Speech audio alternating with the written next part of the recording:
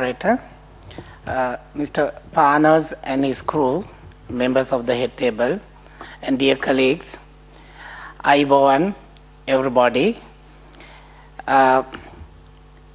First of all, let me explain about this Vocational University, because this is a university, it's a very unique university in Sri Lanka. Apart from these high educational degree programs, we are running a vocational program. We have established 8 centers around the coastal belt of Sri Lanka, and where we are going to give a sort of a vocational courses in order to uplift of fisheries, marine sciences, ocean technology and marine technology.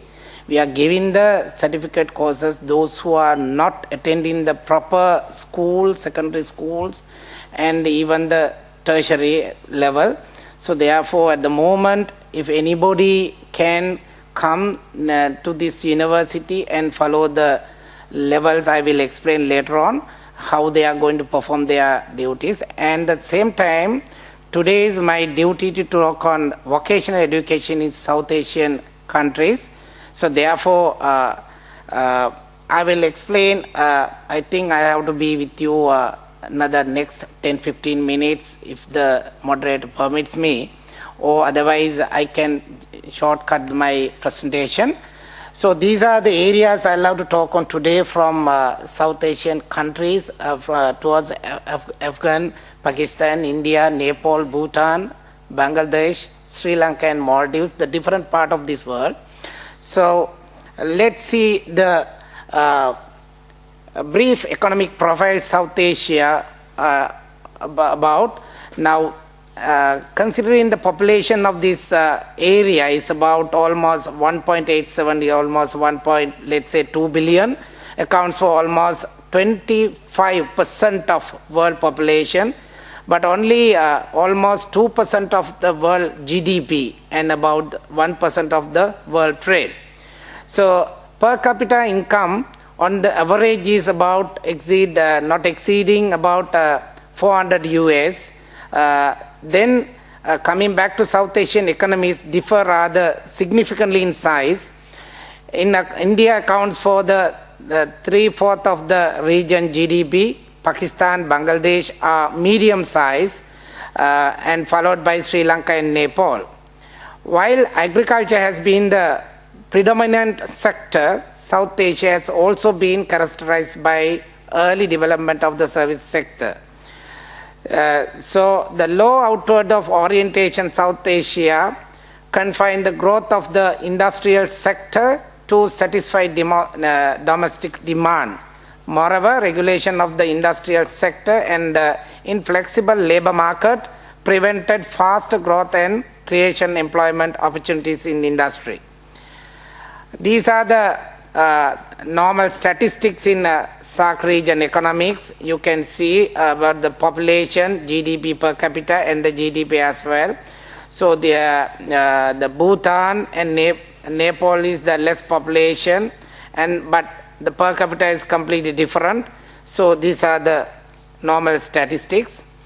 And coming back to general education of South Asia, as per the International Standard Classification of Education, all SAARC countries have passed the legislation on free and compulsory education, and most of the countries other than Afghanistan and Pakistan have already almost reached universal enrollment at primary level. However, the main problem is the area is retention and completion are common problems of the region.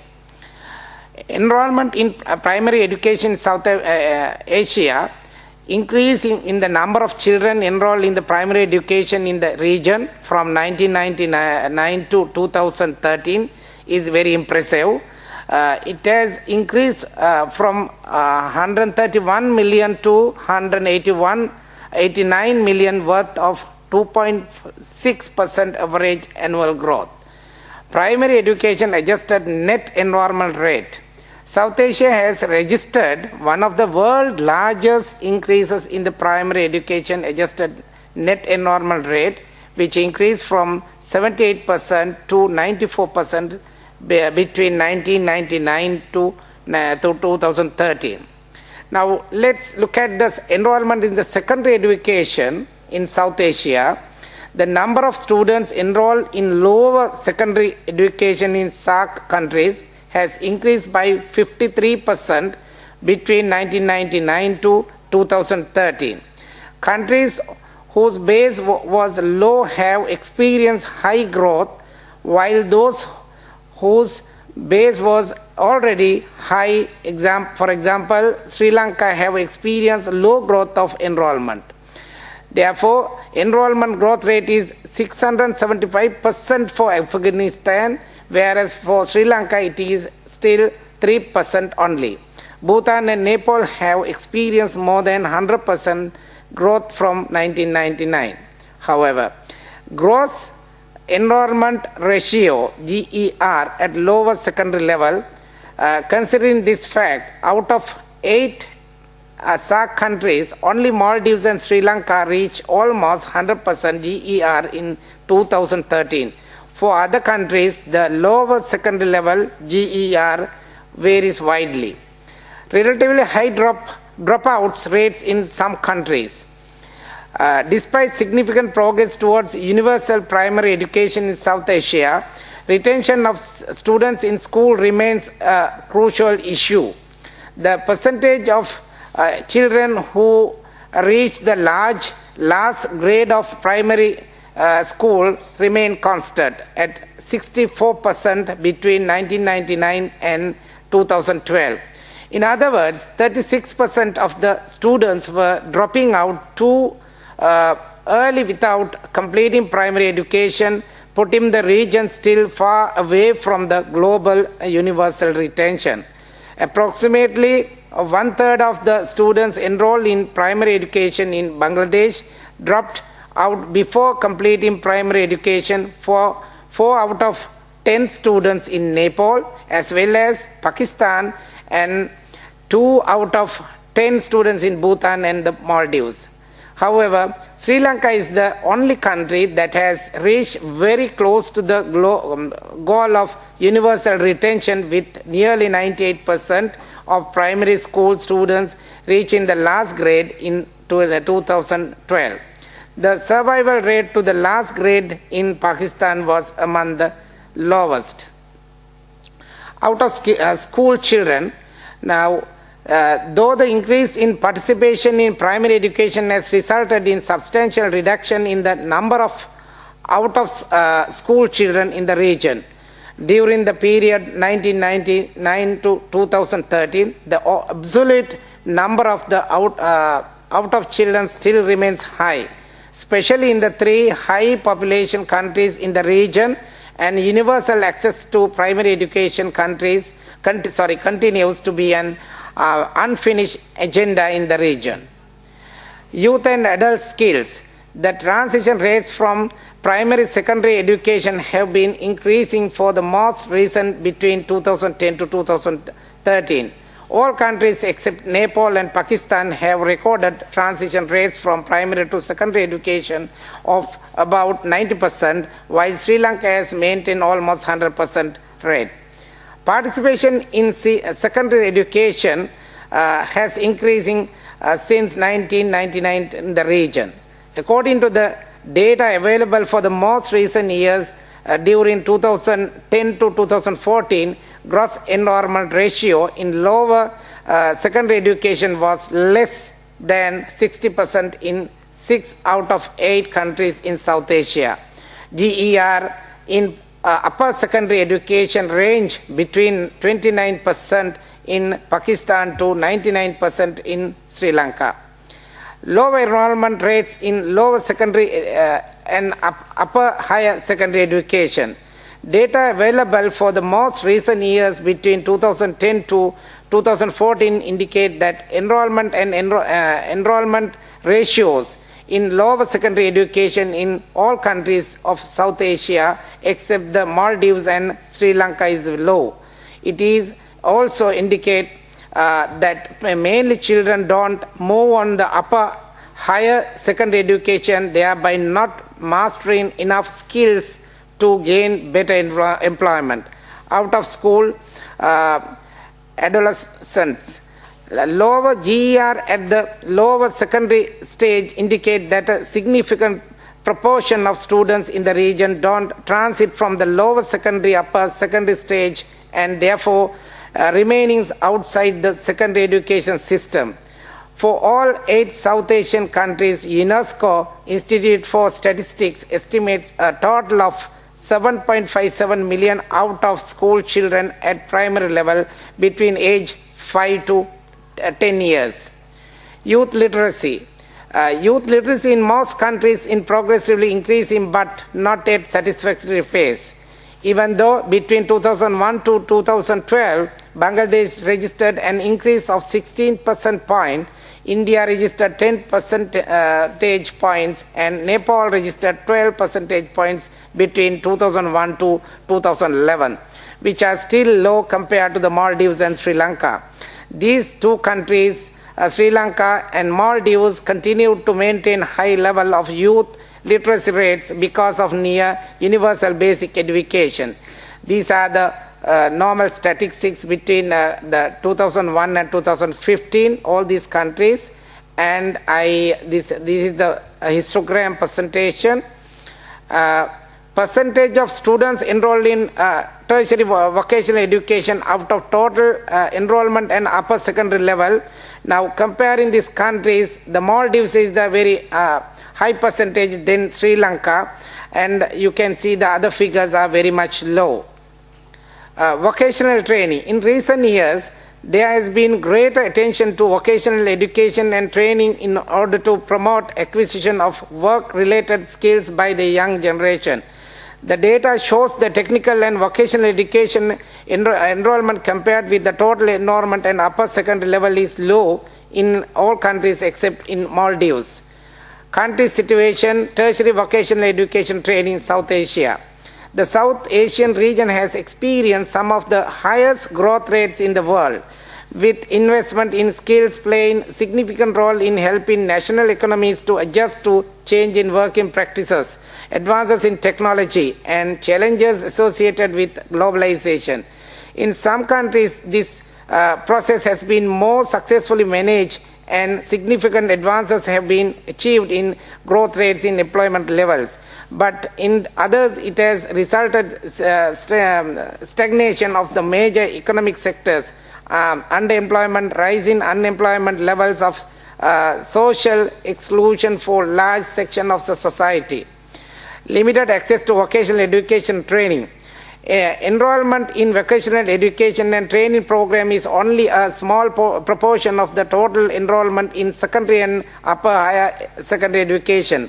Also, the existing vocational education program in most countries of the region continue to be characterized by several limitations such as lack of provisions for vertical and horizontal mobility for students of vocational education programs, inadequate linkage of schools with industry, paucity of training vocational education teachers, lower quality teaching learning material, and course content not in tune with the requirement of the industry and other employment sectors.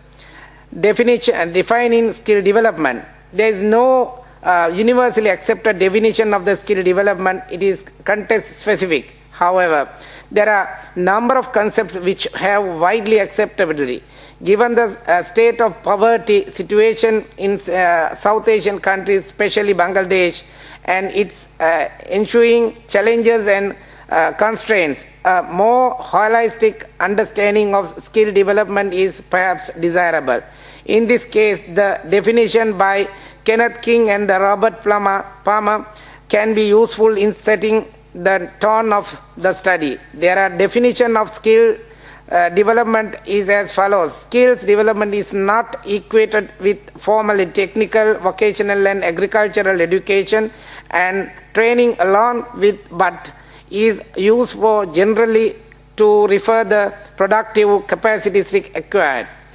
Now, then this is the example for education in Maldives. The number of schools is 270. I just want to compare with Sri Lankan situation.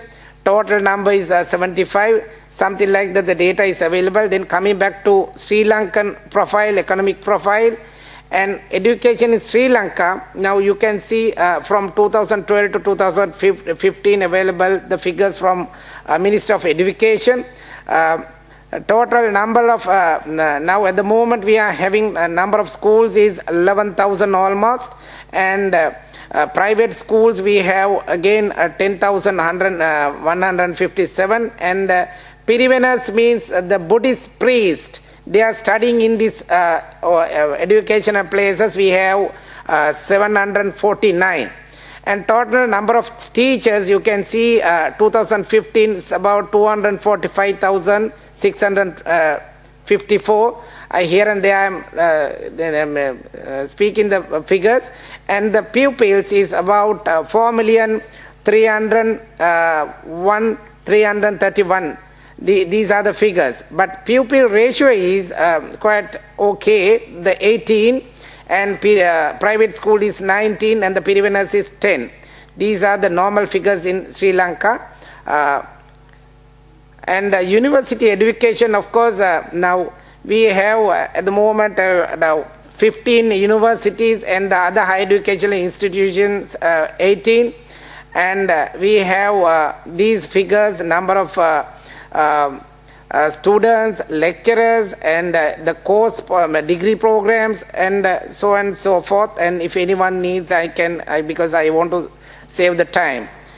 And students by the Institute Vocational and Technical Training sector, now there are 10 institutions established in the country in order to improve and develop the Tibet sector. So these are the institutions we are at the moment in Sri Lanka, and we have the number year established, and the intake, the amount then completed, then dropouts, and all the figures are available.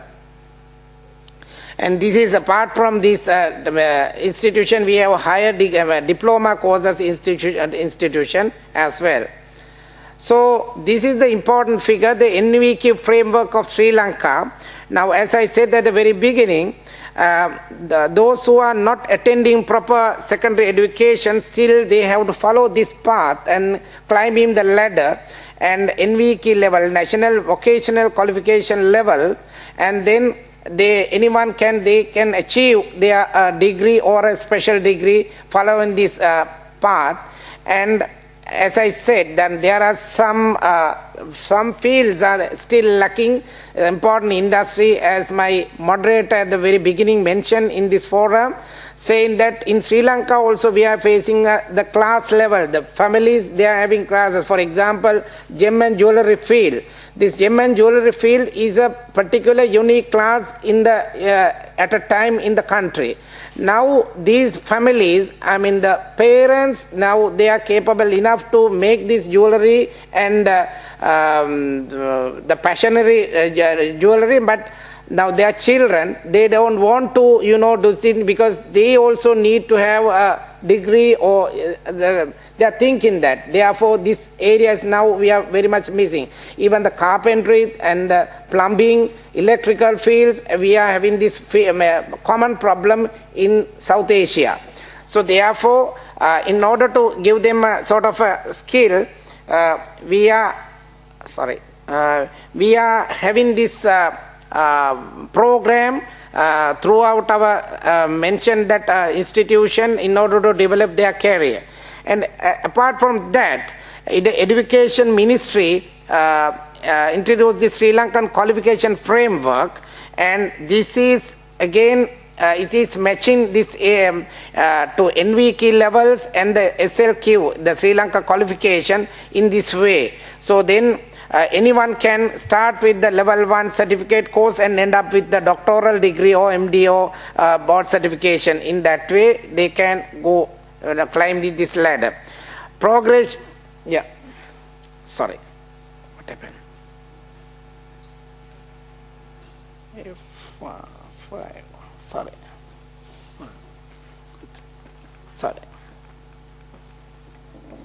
How we can go to the last slide? Yeah, I will go. Sorry.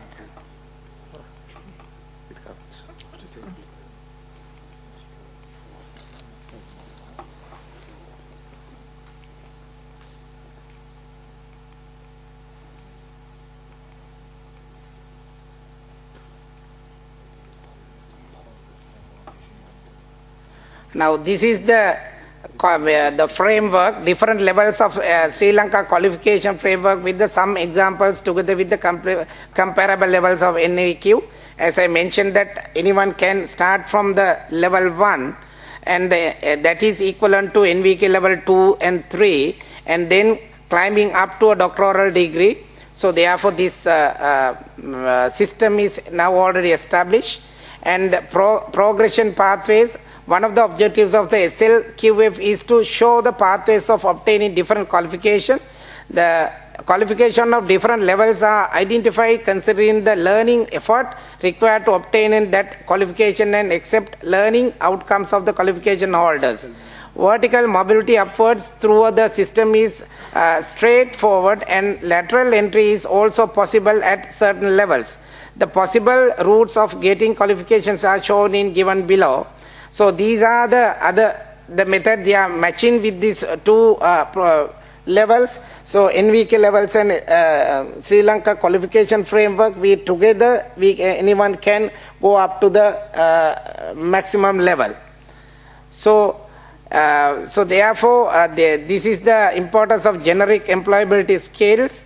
Then increasing complex of work practices, the team working, reduce supervision, greater job flexibility and rotations, increase interaction with the consumers. Like that, so we have planned in this way, because I got, although I talk about this South Asian region, but I have to give the examples only to Sri Lanka, because I didn't have time to go through all these 8 countries. So that's it. Thank you very much.